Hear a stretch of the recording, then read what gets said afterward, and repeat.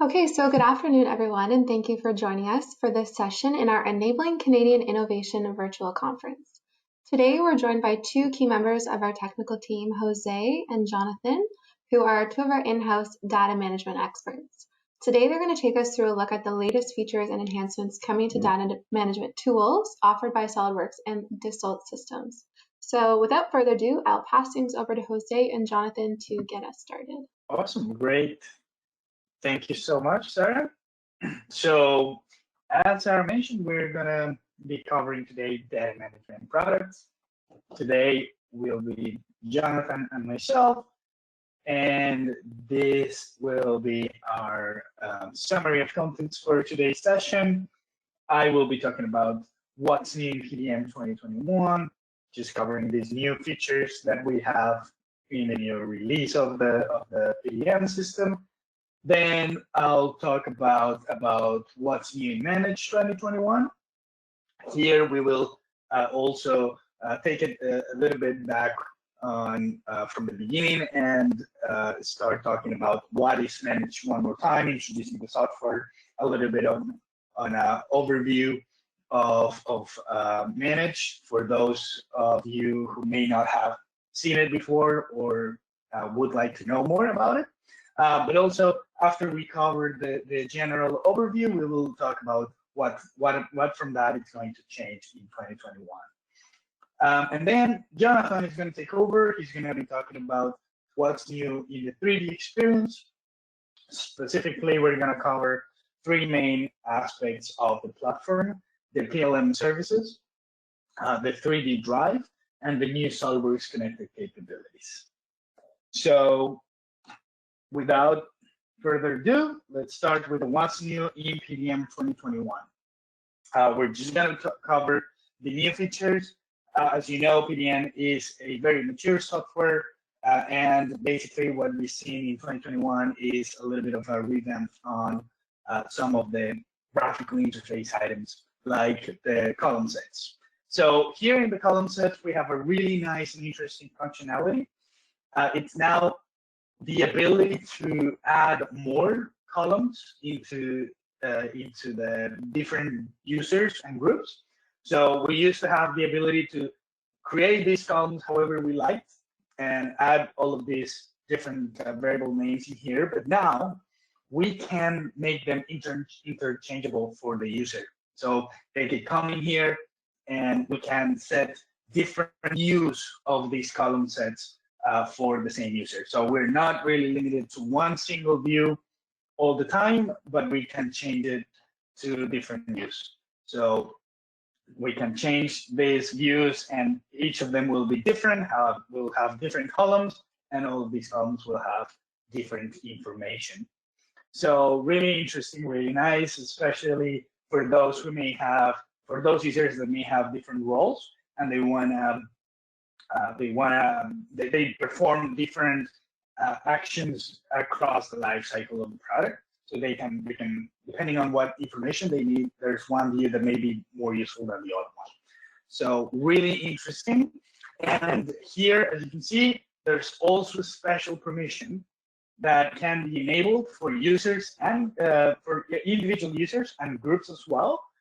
Where the view can be, of course, enabled, but also we can set a preferred view for, well, to load for that user in particular, right? So we can see what this is the column set that we have, and then there is a menu now that it's going to let us switch between the advanced and the intermediate or beginner column sets that we can customize for different users and groups. So I can switch into my advanced view, which has completely different items, and then I can move back into my intermediate view that has also some additional items.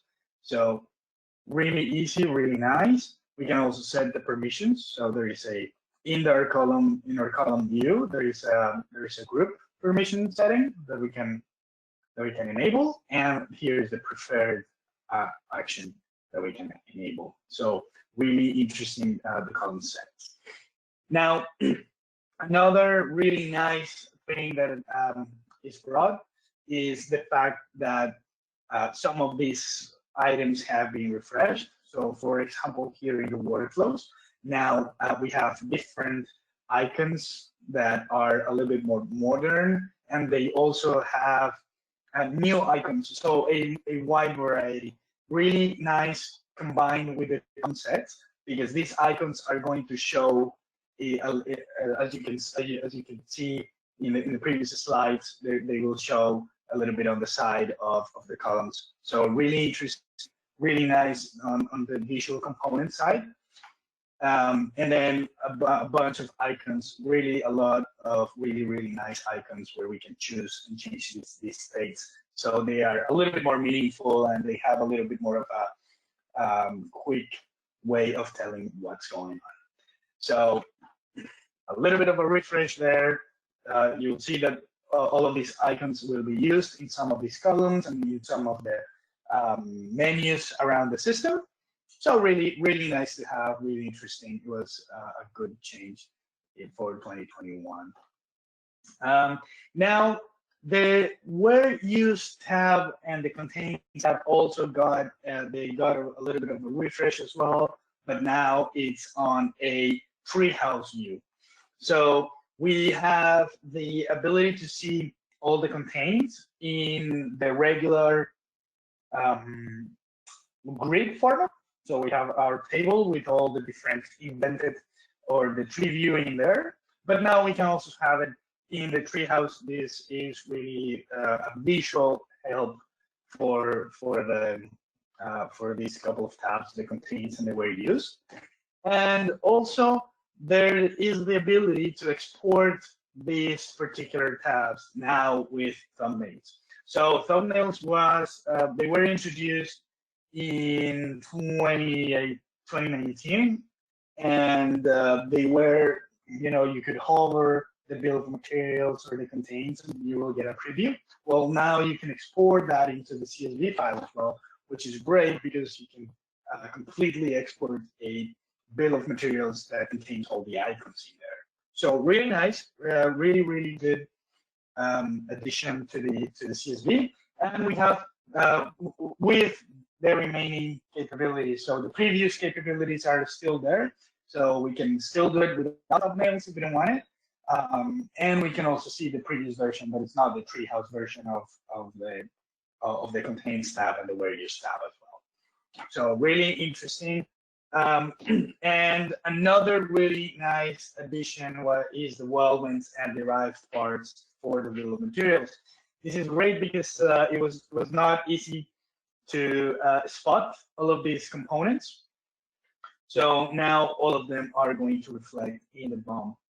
So really interesting and a really important reflection of the capabilities that we have in SOLIDWORKS. And you can see them there, but maybe where they were not reflecting on in the BOM. Now they are in the BOM.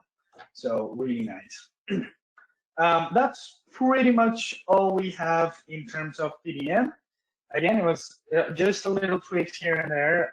PDM is very mature, and really it's all about refreshing the interface a little bit so it looks a little bit more friendly for the user. Now, in terms of the what's new for Manage, I will start with what is Manage, a little bit of an introduction so we can get up to speed for some of you that may have never heard about Manage. And then we will jump into what's changed. So the first thing is, where do we locate Manage and what's the difference between PDM and Manage, you would think? So the first thing is that you could see your organization as from two different perspectives. The first one is, okay, we have some files, and the second one is we also have some business processes in the back. So for all the files, we use PDM. So it's our vault where we have the ability to store all of these design data, right? But then to manage our workflows, then probably there is not really a very wide variety of options in PDM. We do have workflows, but if we need to go beyond some of those functionalities, that's where Manage comes in. So the way Manage helps us in our day-to-day and maintaining that data complexity that we can have sometimes in the vault is by taking these 4 different approaches. So the first one is dashboards, which means basically real-time reports. So gathering data and bringing all that data into a graphical interface where we can come in and actually drill down these numbers and have some KPIs and some indicators, and have like a condensed view where we can easily drill down and know more, like zoom in, and basically real-time insights for decision making. It's what the dashboards are there for. So we have all the information in a single place, and in a very nice graphical interface, we can have the summary of the information. And the way these dashboards are being created is by feeding them information from the rest of the areas of Manage. So the next area is the project management capabilities. So when we have our dashboards, we can grab different kind of indicators from different projects that we are running across the organization. So here we can, well, we have the ability to create different projects, and pretty much what you would expect from any other project management software, you would have some of the capabilities embedded in Manage, with the additional advantage that Manage is also going to be linked to the PDM Vault. So it's really great, and we will see a little bit down the presentation, a little bit further down. We will see what type of actions and functionalities we can have when we combine Manage and PDM. So the first thing is, well, we have a list of projects. Of course, projects will have some tasks, some deliverables, some attachments to them, and of course, they will have some Gantt charts as well.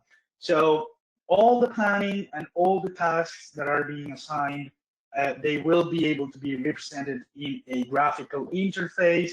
We have the ability to create prerequisites, and we also have the ability to assign resources to some of these tasks as well, which is really great, because then that's going to help us following through the process, and also looking at the resource allocation and all of these key indicators by pulling all this information back to the dashboard.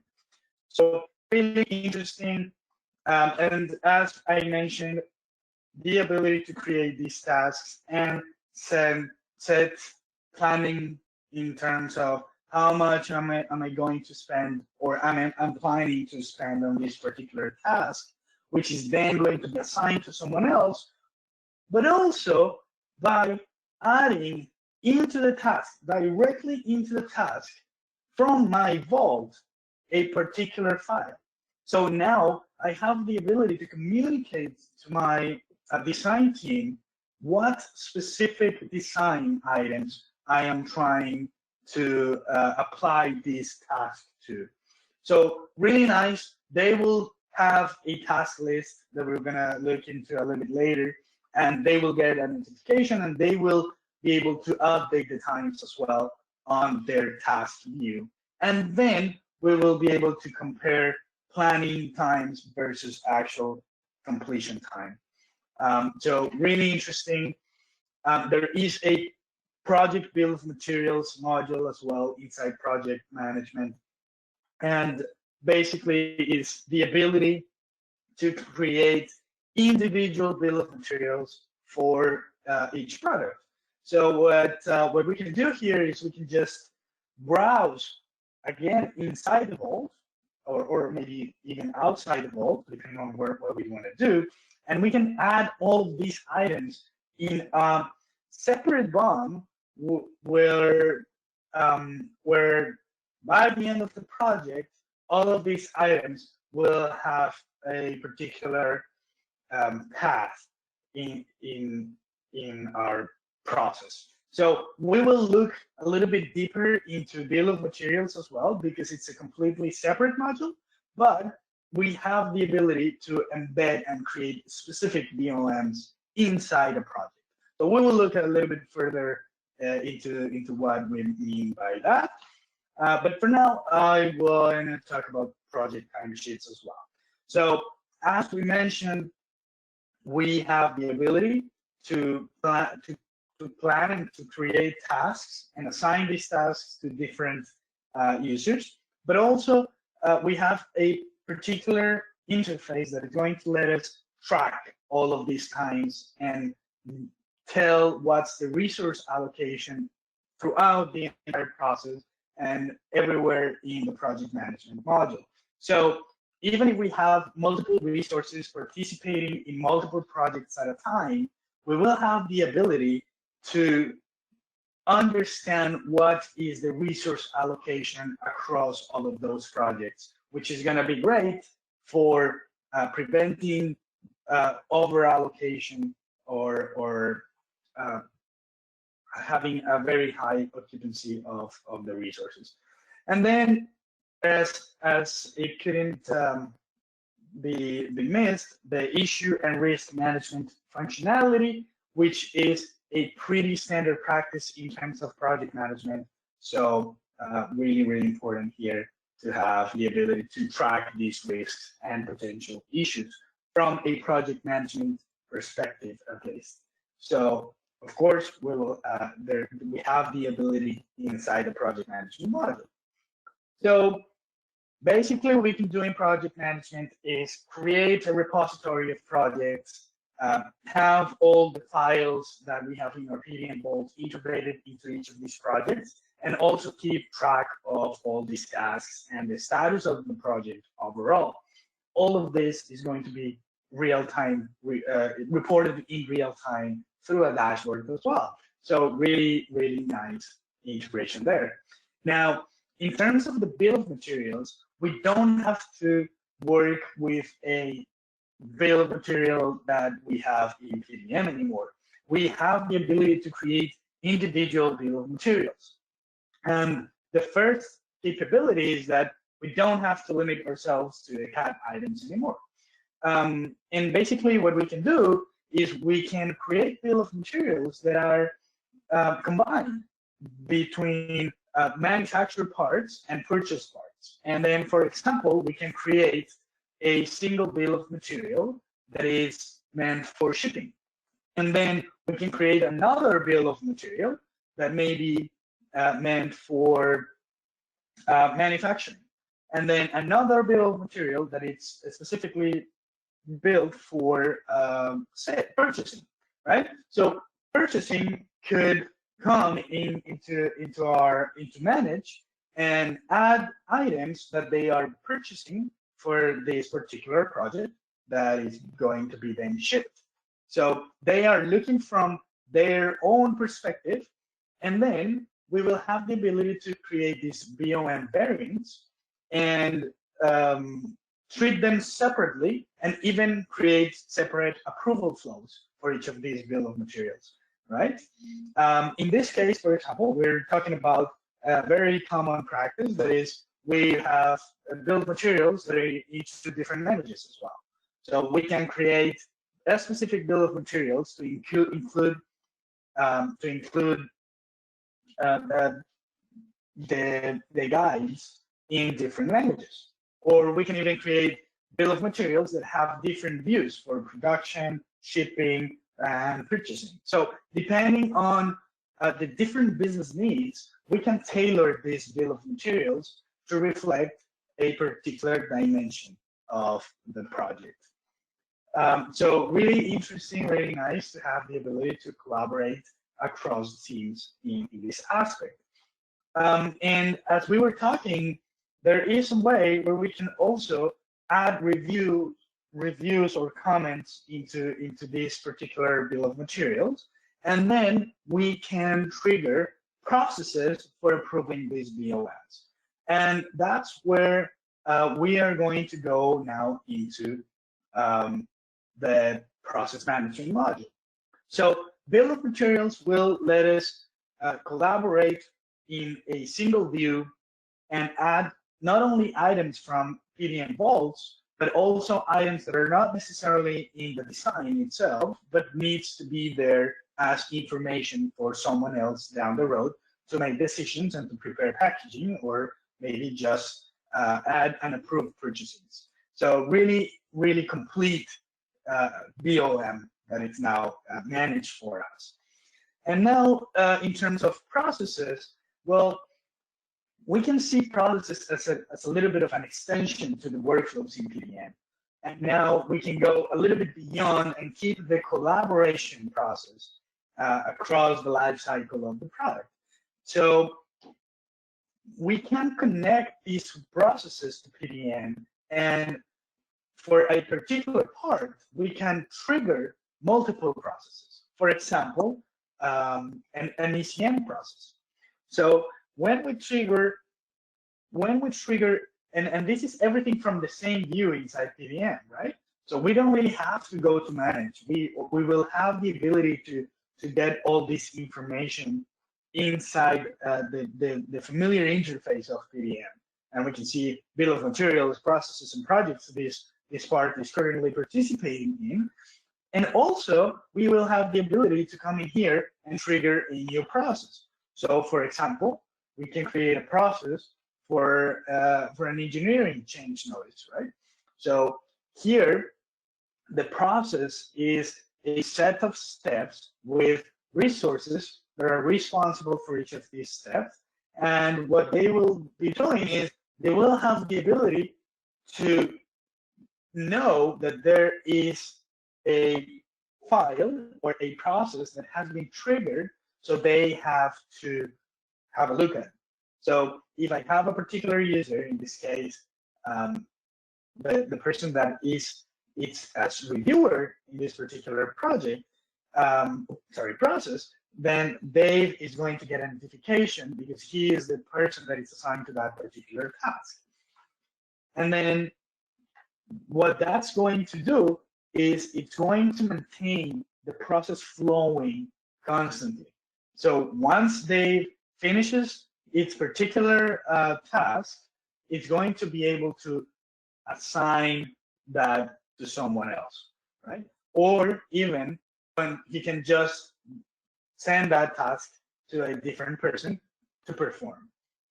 Now, what that's going to do is it's going to send a task item that it's going to go to a particular person, and they will be able to know what they have to do. So we have the ability to transfer all of these descriptions and different decisions that have been made. We can reflect all that across the process.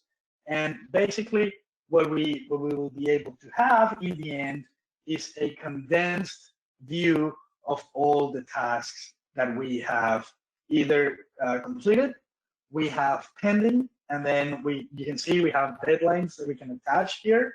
So we can have a schedule-like view with all the users, and we can change and update all of these completion stages in here as we move.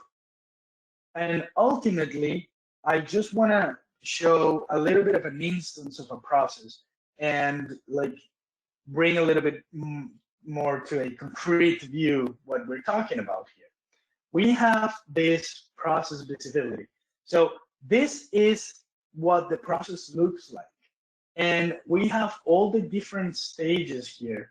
And as we move and the tasks get completed by each of the responsible people, that chart is going to get updated so we can have the traceability on who is in charge or who is the next person there. But also we have the ability to create decision gateways as well that automatically routes the process into the particular next step as required by the business. So really interesting, really great. And Also, the ability to create process reports it's taking it further down one step, because this is the automation portion of the whole process. So once that process is done, for example, if we're talking about the ECN, we can create automatically an ECN document that is going to reflect all of the values and all the process that happened, and we can just put it into a printable page that we can then attach to the actual part. So it's really complete, and it's pretty much going to ensure the standardization of ECN and in general all the processes that we can work with. So process management ensures repeatable execution of particular processes in the organization. So it's going to help us keep track of who's doing what and who's in charge of each of these tasks across the process. So that's pretty much what Managed is. It's a very high view. It's very complete. It's a very customizable system as well. And now that we have a little bit of a sense of it, I just want to go into the 2021 changes. Again, keeping aligned with the PDM changes, Managed brought a whole new refreshed interface, really nice, a little bit more modern. And in the project lists, we have the ability now to create projects pretty much as templates. So if we create a particular project from one of these lists, then we can pre-populate all these tasks and different stages that we know a particular project type is going to need. And then from there, we can start working, and we're not working from scratch necessarily. So a really good, nice functionality to have, something that was asked for a lot. So now we have it. Now, there's also a task update service. This is a new service. It used to be that we had to refresh some of these particular dashboards that we saw, and some of these interfaces where we had basically the progress of the tasks or the projects. So now we have the ability to set a task update service that is constantly monitoring for new information, and we can set that interval into a custom value. So this graphical interface reflects the new data. Especially we have an organization where it's constantly changing, information is constantly changing, and we want to have a little bit more control of the real-time data, this is a great service for that. So really nice, really interesting. And then in the project management module, we have the ability to convert a particular attachment into a project deliverable, which is great. We used to have, so we already have the ability to create a project task and then attach a file to it. But now the great thing is that we can say, oh, okay, so that particular document now is going to be converted as a deliverable.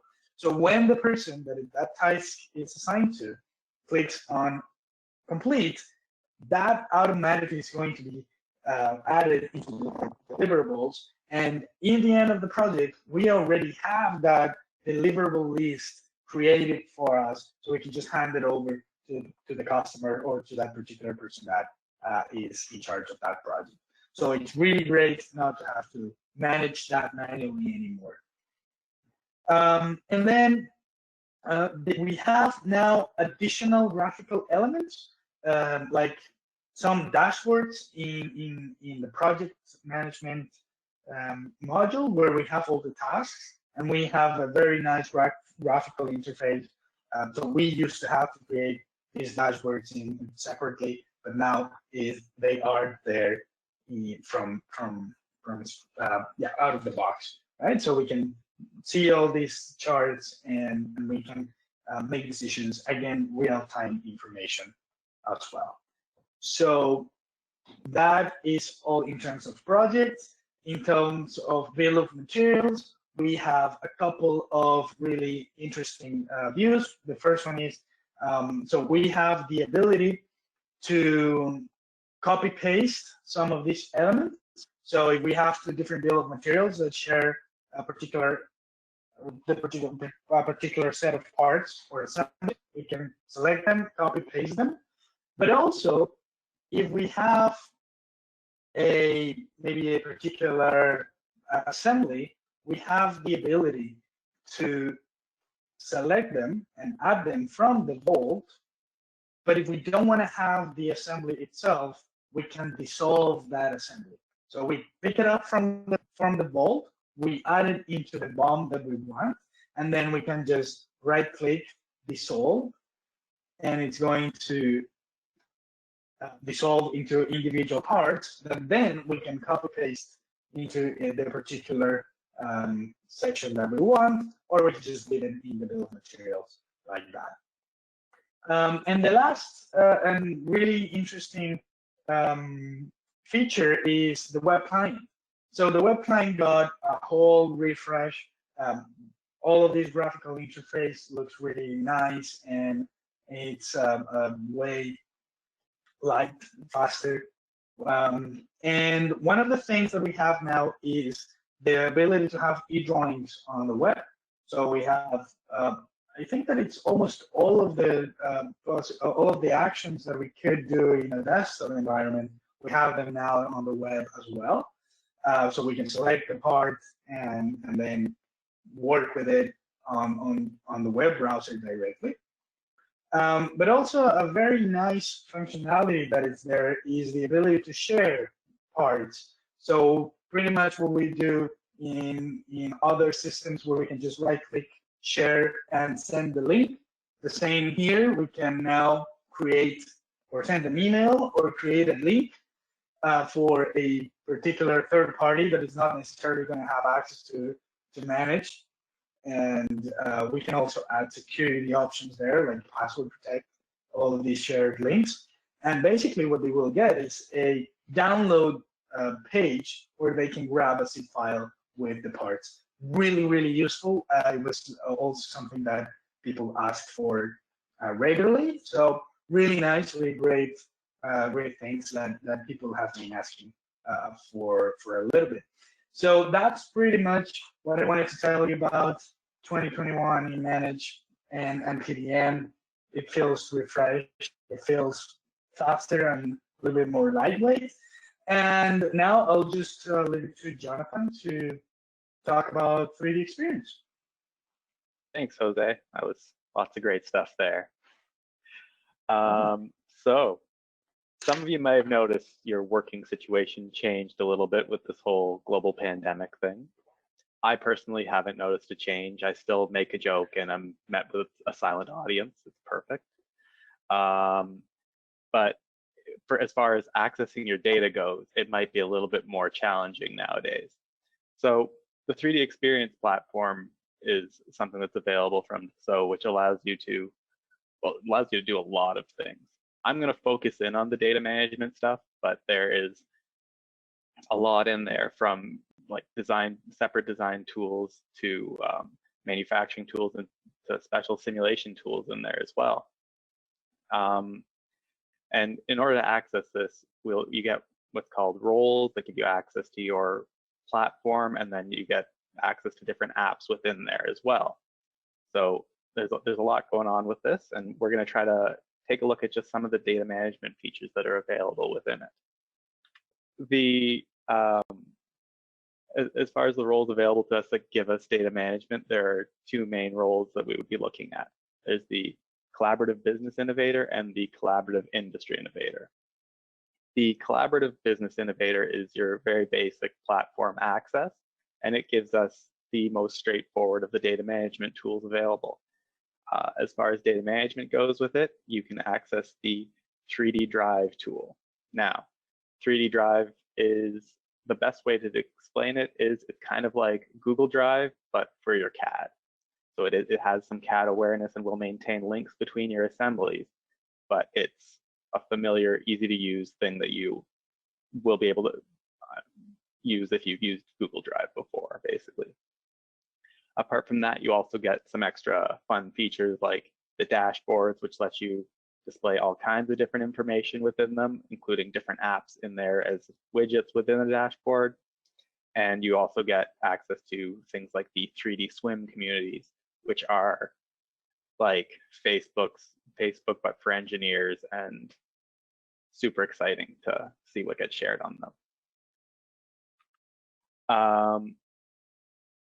We can take a look and see what it looks like here. It's a web portal that you'll access, and as you can see, it looks a lot like any sort of like Drive. It also comes with the ability to view your parts right within the web page as well, using the 3D Play tool. And straight from there, you can collaborate and send things into your 3D Swim community, and it's super straightforward from there. But then to get a little bit deeper into your data management, we have the Collaborative Industry Innovator. So Collaborative Industry Innovator is where you actually get some sort of product lifecycle management in there. You can put your parts through workflows, or your designs through workflows that will have all the different approval levels you could need. You can use project management tools and create change management or change action tasks, as well as just general tasks and anything you need from there. It will let you manage all kinds of different CAD files as well. You're not limited to just your SOLIDWORKS files or anything like that. You can use all kinds. And it allows you to create markups and more easily communicate what changes need to be done, and to communicate what you're trying to work on. So it ends up being a very robust system there. Now, the Collaborative Industry Innovator is a cloud-based tool entirely, but it allows you to access it through your original SOLIDWORKS. So most people here, I'm assuming, are using SOLIDWORKS. So what you can actually do is connect your SOLIDWORKS to manage the data on the cloud using a connector. We have two different ways we can use SOLIDWORKS with the cloud. The same SOLIDWORKS that we're used to, not having to switch over to the cloud design tools to work with the cloud PLM services. So you can use your SOLIDWORKS as your desktop SOLIDWORKS that you've used for years. You can use a connector that will then connect that to the 3D Experience platform and allow you to access data stored in the cloud in what's called your 3D space. The other option is to use the online version of SOLIDWORKS. This is called SOLIDWORKS Connected, and it's actually launched from within the cloud, from within the 3D Experience platform. Instead of running it from your desktop, you'd run it from the cloud. It launches a program on your computer. It has to be installed still, but this will maintain a connection to the cloud already, and it is basically the same software as the regular desktop version, only like the main difference is it doesn't have a toolbox with it. Apart from that, it's got all the main features, and this allows you to save your data into your 3D space very easily. And you can use either one of those options or a combination of them. The great thing about the online one is it's automatically updated to all the latest versions for you. All you have to do is launch it. So, as I said, it's very similar to the previous one. Here you can see an example of what it would look like. It's your SOLIDWORKS that you're used to, you know, and I won't go as far as saying love, but you know. And it has in the task pane, you end up having access to all of the files you have open, kind of like you would with PDM, except this is now accessing files that are in the cloud, and you can create new revisions from there. You can reserve them so only you can work on them, and you can search for and open new files that are stored in your cloud-based platform. That's our quick and dirty run through of the 3D Experience platform data management offerings. At this stage, we can open it up to any questions that you guys might have. Awesome. Thank you so much, Jonathan. The first question I have for you both here is, does adding a virtual or cloud solution make sense? So for that one, it really depends on, like, are you all in one location? Do you need to collaborate with your colleagues remotely? It's a challenge thing. If you are spread out and you need to be able to access the same data as your colleagues are using, a cloud-based system is much easier to set up to be able to share that data. Jose, do you have any other takes on that? Yeah, no, it sounds a lot right. Yeah, I would say that also it's really important to keep into account the IT cost. So if you don't have an IT and you don't want to get into getting an IT, because you're probably a small team and you want to go to the cloud, that's a cost you don't have to get into. Or you already have an IT and you want to grow it, you can also keep it as it is, because the cloud solution will not require for you to get anything like that. So, excellent point. Awesome. Thank you, guys.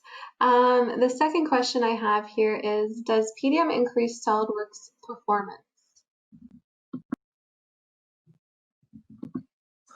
Well, yeah. So it could be not like by having PDM installed, you will get a boost in how the software works. From SOLIDWORks, it's not going to get faster, but it's all about the ability to share and to have a common repository of all the files. So if you are collaborating, definitely you will have higher performance when you're using SOLIDWORks.